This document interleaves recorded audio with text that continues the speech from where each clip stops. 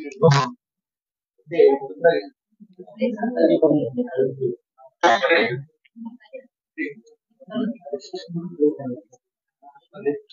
सुरू. येत्या 22 जानेवारीला यापूर्वी सुद्धा आम्ही कार्यक्रम घोषित केलेला आहे की 22 जानेवारीला आम्ही नाशिकला काळाराम मंदिरात जाऊन प्रभू श्री रामचंद्राचं दर्शन घेणार आहोत. त्याच्यानंतर गोदावरीच्या काठावरती आरती सुद्धा करणार आहोत. आणि 23 जानेवारीला शिवसेनेचे एक शिबिर काही प्रमुख पदाधिकाऱ्यांचं आणि संध्याकाळी अनंत कानडे मैदान आहे गोल्फ क्लब तिथे शिवसेनेची जाहीर सभा होणार. हा कार्यक्रम मी यापूर्वी जाहीर केलाय, त्याच्यामुळे त्याच्यात मी नवीन काही जाहीर करू शकणार नाही.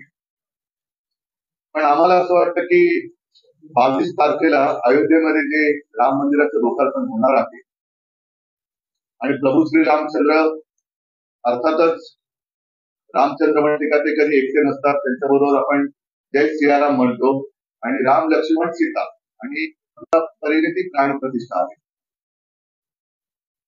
आणि आत्ताच्या पिढीला कदाचित लक्षात नसेल, पण ज्याप्रमाणे अयोध्येमध्ये राम मंदिराच्या वरती बाबरी मशीद बांधली गेली होती, तसंच सोमनाथचं मंदिर सुद्धा अनेकदा त्याचा विध्वंस केला होता. सरदार वल्लभभाई पटेल यांनी पुढाकार तेव्हा घेतला, त्यांचं निधन झालं होतं. महत्वाचा मुद्दा असा आहे की सोमनाथ मंदिर त्याचं लोकार्पण आणि प्राण प्रतिष्ठा त्यावेळेला देशाच्या राष्ट्रपतींना आमंत्रित केलं गेलं होतं, डॉक्टर राजेंद्र प्रसाद, आणि त्यांच्या हस्ते प्राण प्रतिष्ठा झालेली. कारण मी जे आधी म्हटलं की ही केवळ प्रभू श्री रामचंद्र सीतामाई यांच्या मंदिराची प्राण प्रतिष्ठा म्हणजे त्यांची प्राण प्रतिष्ठा नाही, तर जो वर्षानुवर्ष लढा चालला होता, ज्याला अंतिमतः सर्वोच्च न्यायालयामध्ये न्याय मिळाला,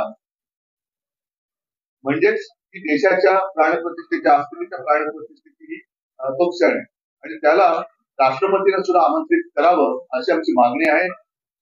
ते करतील न करतील हा त्यांचा प्रश्न आहे. आम्ही मात्र आज आपल्या माध्यमातून 22 तारखेला आम्ही काळाराम मंदिरात जाणार आहोत आणि गोदावरीला जी आरती करणार आहोत, त्याच्यासाठी माननीय राष्ट्रपती महोदया मुर्मूजी यांना आमंत्रित करतो आहोत.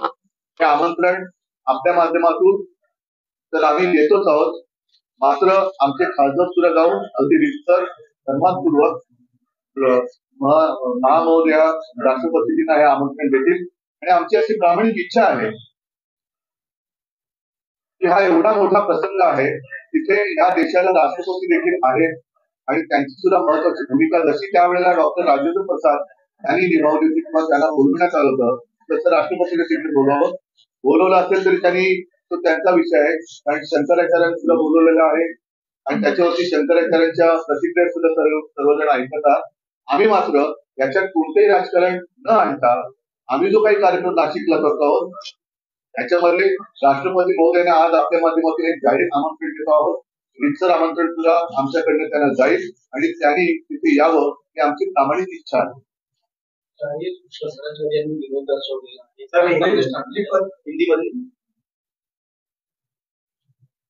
आने वाली 22 जनवरी को अयोध्या में राम मंदिर का लोकार्पण होने जा रहा है और उसी दिन मैंने जैसे पहले जाहिर किया था कि हम मतलब शिवसेना नासिक भी जाएंगे और नासिक में कालाराम मंदिर जो है वहां जाकर प्रभु रामचंद्र सीतामाई का दर्शन करेंगे और उसी शाम जो गोदावरी नदी है वहां से कुछ मिनट 4-5 मिनट पर की दूरी पर है, तो वहां जाकर हम शाम को आरती करेंगे. और हम चाहते हैं कि ये जो कार्यक्रम है सिर्फ रामलल्ला की पूजा नहीं है. अयोध्या में जो मंदिर का निर्माण होने जा रहा है सिर्फ रामलल्ला या सीतामाई की प्राण प्रतिष्ठा नहीं, हमारे देश की अस्मिता की प्राण प्रतिष्ठा होने जा रही है. और जैसे सोमनाथ मंदिर के बारे में हमने सब सुना है, पढ़ा है और गूगल पर भी है. उस वक्त के तत्कालीन राष्ट्रपति महोदय डॉक्टर राजेंद्र प्रसाद जी के अनुरोध से उसकी प्राण प्रतिष्ठा की गई थी. हम तो चाहते थे या चाहते हैं आज भी वैसे ही वहां अयोध्या में राम मंदिर का लोकार्पण राष्ट्रपति जी के कार्यक्रमों द्वारा होना चाहिए. लेकिन वो अलग बात है, राजनीति में मैं नहीं जाना चाहता हूँ क्योंकि एक पवित्र क्षण है। हम तो दिल से महामहिम राष्ट्रपति महोदया को आमंत्रित करने जा रहे कर रहे आपके माध्यम से एक आमंत्रण दे रहे, और हमारे सांसद हैं और जो भी मतलब सांसद है, नेता है, वो वहां जाकर उनको ठीक से आमंत्रित कर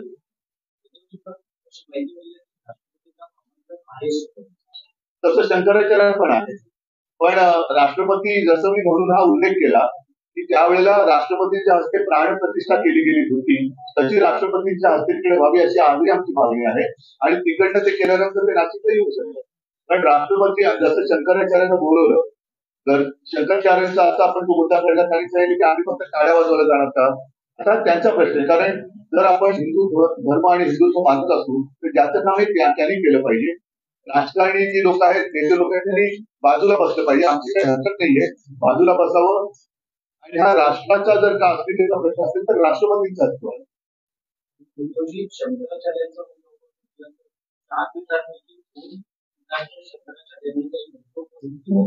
म्हणणं आम्ही नाही, पण ज्या पद्धतीने उद्घाटन होत आहे, मंदिर पूर्ण नाही तरी उद्घाटन होते. शास्त्र मी काही पंडित नाही आहे, मी कडवट हिंदू आहे, कडवट हिंदुवादी आहे. आणि राम मंदिर व्हावं ही इच्छा ज्या लाखो करोडो हिंदूंची आहे तशी माझी पण आहे. त्याच्याबद्दल शिवसेनेचं योगदान म्हणा, हिंदू हृदय सम्राट शिवसेना प्रमुखांनी त्यावेळेला घेतलेली एक भूमिका म्हणा, ही जनतेला माहिती आहे. आणि म्हणून मला असं वाटतं की आता यातले जे काही शास्त्रानुसार काही मुद्दे आहेत ते मला माहिती नाही, त्याच्यावर मी बोलू नये. कारण काही जणांना सवय असते की माहिती नसतं तरी ठोकून बोलायचं, तसा मी त्यातरी नाहीये. जर शंकराचार्याने काही त्याच्यामध्ये शास्त्राप्रमाणे मुद्दे उपस्थित केले असतील तर ते तिथल्या न्यासाने आणि त्यांचे तो माझं क्षेत्र नाही, तो माझा प्रांत नाही. सर निकाल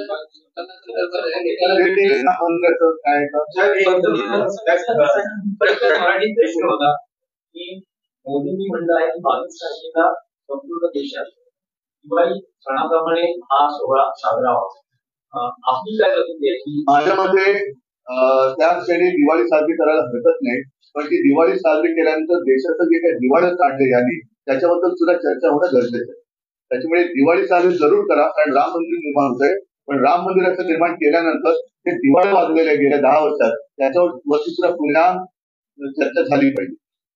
मग ती चाय पे चर्चा करा, बिस्किट पे करा, फरसाण पे करा, किंवा पापडा पे करा, कशावरही करा, पण चर्चा होऊ द्या, डोक्यावरती चर्चा करा.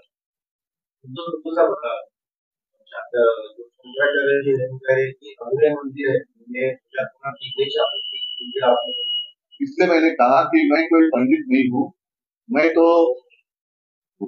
भक्त जरूर हूँ लेकिन देशभक्त हूँ, अंधभक्त नहीं हूँ. और अंधभक्त हो तो मैं देशभक्त हूँ, देश का अंधभक्त हूँ.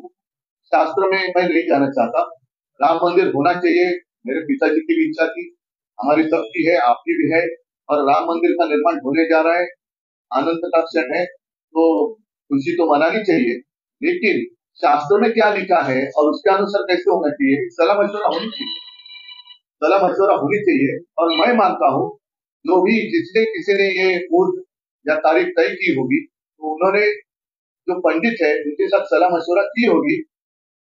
अन्यथा शंकराचार्य जी जिसको हम मानते हैं, शंकराचार्य मानते हैं, उनकी सलाह लेने की आवश्यकता थी और आज भी अगर हो सके तो लेनी चाहिए. उससे कमी उसकी कोई ऐसी बात नहीं है. आमदादी की अगर कोई अच्छी बात करने जा रहे हैं तो सब कुछ अच्छा होना चाहिए. खैर वो तो बात शास्त्र की रही, उसमें मैं नहीं जाना चाहता. जैसे मैंने कहा मैं कोई पंडित नहीं हूँ, मैं तो राम भक्त हूँ, देशभक्त हूँ. और राम मंदिर होने जा रहे हैं उस वक्त तो दिवाली मनाई जानी चाहिए, और इसलिए तो हम राम मंदिर में जा रहे हैं. शाम को गोदावरी के किनारे पर हम आरती भी कर रहे हैं. सिर्फ दिवाली मनाने की बात प्रधानमंत्री कर रहे हैं, उसके बाद मराठी में जो करते हैं दिवाली, उसके ऊपर भी बाद में चर्चा होनी चाहिए. वो चर्चा चाहे आप चाय पे करो, कॉफी पे करो, लस्सी पे करो, ढोकले पे करो, सेव पापड़ा पे करो, फरसाण पे करो, मुझे कोई एतराज नहीं.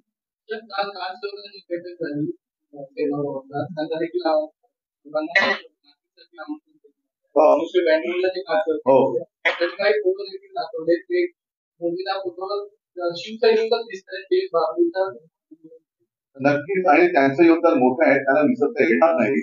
त्याच्यामध्ये अनेक कारसेवक आता दुर्दैवाने आपल्यामध्ये नाहीयेत, पण सुदैवाने जे आपल्यामध्ये आहेत त्यांचा तो गौरव आहे. आणि त्यांनी धाडस केलं नसतं तर आजचं राम मंदिर झालं नसतं. कारण आज ते ज्या काही घुमतावरती झेंडे लावणारे आहेत ते चढू शकले नसते तर हे तेव्हा घुमतावरती वावडीच्या चढले नसते.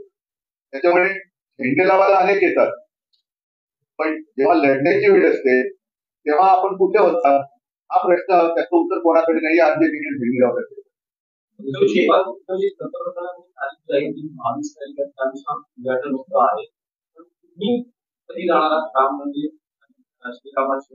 राम मंदिराच्या लोकार्पणाचा त्यांनी केलेला आहे. मी यापूर्वी सुद्धा अनेक सांगितलेलं आहे की राम मंदिर जेव्हा निर्माण झालेलं होतं त्यावेळेला कोणी न सांगता आम्ही स्वतः तिथे गेलेलो आहे. आणि मी तर असं म्हणेन, त्याचं श्रेय मी घेत नाहीये, पण राम मंदिर हा मुद्दा थंड बस्त्यामध्ये जेव्हा पडला होता, राम मंदिर होणार की नाही, तेव्हा शिवसेनेने घोषणा केली होती पहिले मंदिर फिर सरकार. आणि शिवतीर्थावरच्या दसरा मेळाव्यामध्ये मी जाहीर केलं होतं की तो नोव्हेंबर महिना होता, मी राम अयोध्येला जाणार आणि जाताना शिवजन्मभूमीची माती घेऊन मी राम जन्मभूमीला गेलो होतो. तुम्ही माना अथवा नका मानू, पण शिवजन्मभूमीची माती तिकडे घेऊन गेल्यानंतर एका वर्षाच्या आत कोर्टाने निकाल दिला आणि तो राम मंदिराच्या बाजूने दिला. त्याच्यामुळे माझ्या मनात जेव्हा प्रेरणा येईल तेव्हा मी जाणार आहे नक्की. आणि ठीक आहे, कोणाची खासगी मालमत्ता नाहीये आणि प्रभू रामचंद्र आहे सगळ्यांचे. त्याच्यासाठी एक प्रतीक म्हणून आम्ही ज्याला एक वेगळी पार्श्वभूमी आहे अशा काळाराम मंदिर आहोत. अयोध्येला मी दोनदा गेलो, मुख्यमंत्री झाल्यावरती सुद्धा गेलो होतो. आणि या नंतर सुद्धा एकदाच कशाला, ज्या वेळेला माझ्या मनात येईल त्याच वेळेला.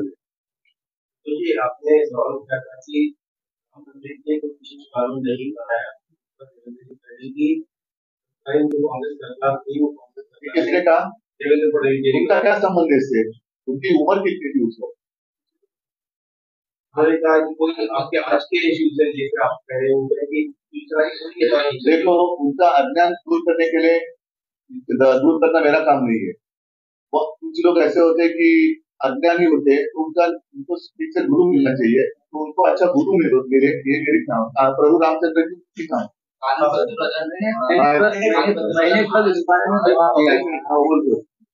जो बोल रहे हैं कि शिवसेना का योगदान क्या है, मिस्टर फडणवीस एक लॉयर है, वकील है.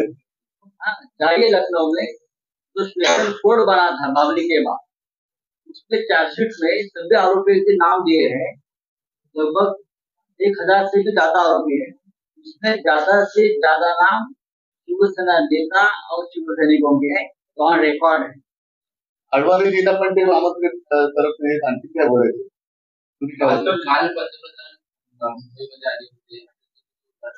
पण त्याच्यात अटलजीचा फोटो कुठे होता? आता तुला मला थोडी चिंता आहे की राम मंदिरात रामाची मूर्ती असेल ना बाबा. नाही म्हणजे सांगतात नाही कोणाची मूर्ती लावू शकते. कारण का अटल सेतू, नाव अटल सेतू, पण अटलजीचा फोटोच नाही. त्याच्यामुळे राम मंदिराचं निर्माण करताना निदान एवढी कृपा करा की त्या मंदिरात स्वतःची नव्हे तर प्रभू रामचंद्राची मूर्ती लावा. नाशिकमध्ये पंतप्रधानांनी युवा पिढीला आवाहन केलेलं आहे की घराणेशाही म्हणून का. फार छान आहे, कारण प्रभू रामचंद्र हे दशरथ राजाचे पुत्र होते आणि त्यावेळेला सुद्धा त्यांना त्या कौटुंबिक यांच्यामध्ये वनवासात जावं लागलं आणि वनवासात जाताना सुद्धा ते सहकुटुंब गेले आणि सीता हरण झाल्यानंतर रामायण घडलं. आणि महत्वाचा मुद्दा आज मी जिथे चाललेलो आहे तो कल्याण लोकसभा आहे, त्याच्यामध्ये गद्दारांची जी घराणेशाही आहे त्याच्याबद्दल प्रधानमंत्री बोललेच नाही. ती घराणेशाही चालते का? म्हणजे गद्दार असतील ते लोकप्रिय आणि त्यांची घराणेशाही त्यांना प्राणप्रिय. तर हा सगळा बोगसपणा आहे. पण घराणेशाही बद्दल एखाद्या खरंदाज माणसाने बोललं तर बरं. आज सिर्फ मैं इतनी बात कर रहा हूँ और वर्चुअल मीटिंग एक मिनट गलतफहमी नहीं होनी चाहिए. शायद मैं वर्चुअल मीटिंग पर उपस्थित नहीं रह सकूंगा क्योंकि आज का मेरा जो प्रोग्राम है वो पहले से ही अरेंज किया हुआ था और मैं घूमने वाला हूँ आज.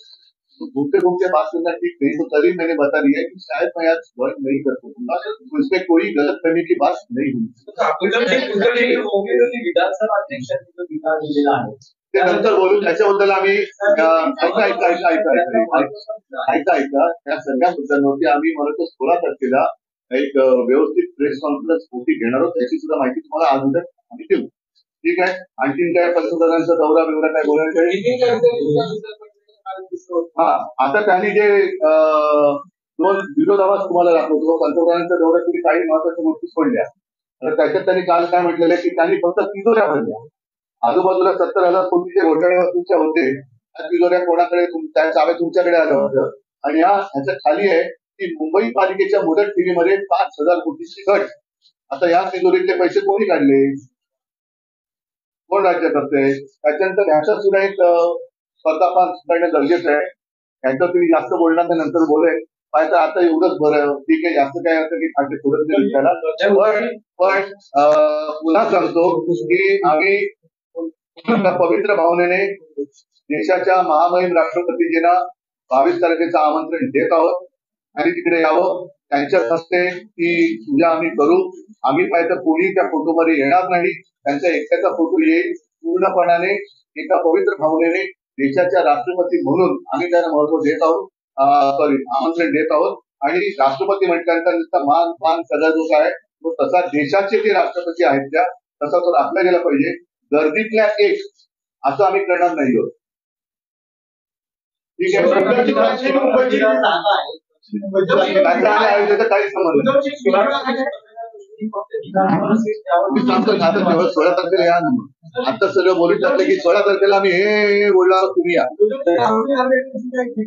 धन्यवाद. जय हिंद, जय महाराष्ट्र. आणि तुम्हाला सकाळी आल्याबद्दल आभारी आहोत. आणि पत्राची कॉपी तुम्हाला देत आहे कृपा करून आपण आपल्या माध्यमातून